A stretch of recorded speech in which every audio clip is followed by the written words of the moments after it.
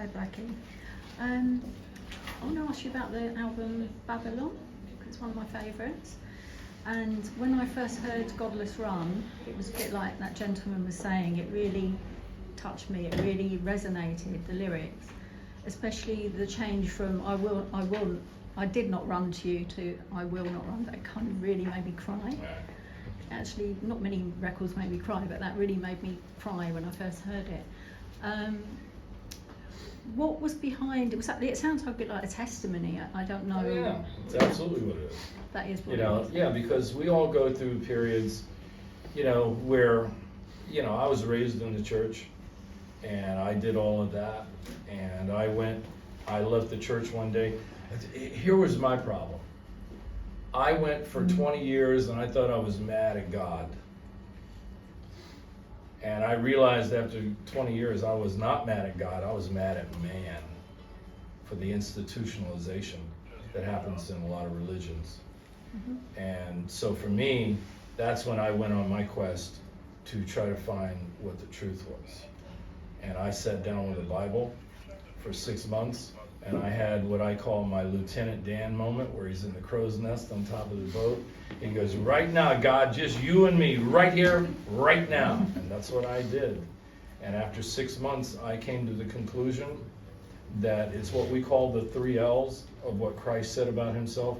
He is either a liar, a lunatic, or he's the Lord. I came to the conclusion he is the latter of the 3. So, but if you're going to do that, you have to approach it with an open mind and an open heart.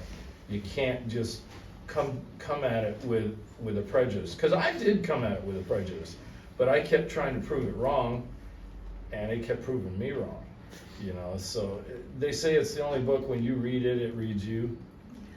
That's it. Thank you. So I'm happy for you too. Yes, sir.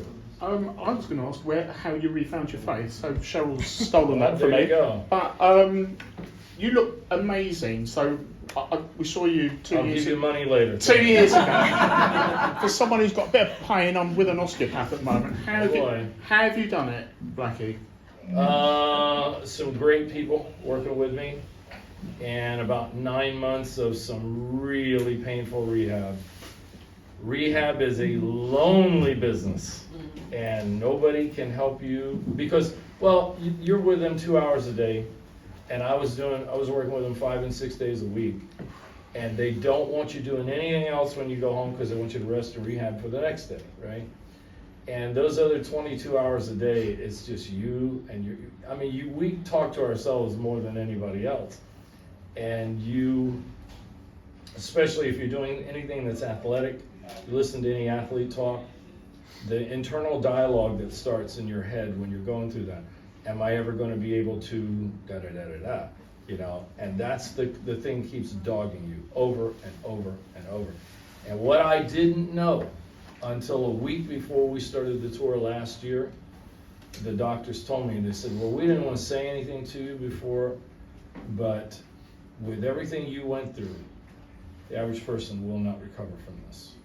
But, they don't like saying anything because there's that 1 in a million that can make it, so they don't want to prejudice them, but I think a lot of it too is how bad do you want it, because to me, the idea of not being able to, could I sit in a chair and sing? Yeah, I guess I could, but I don't want to, I want to do what I want to do, and I wanted my body back, so it's the only one you got.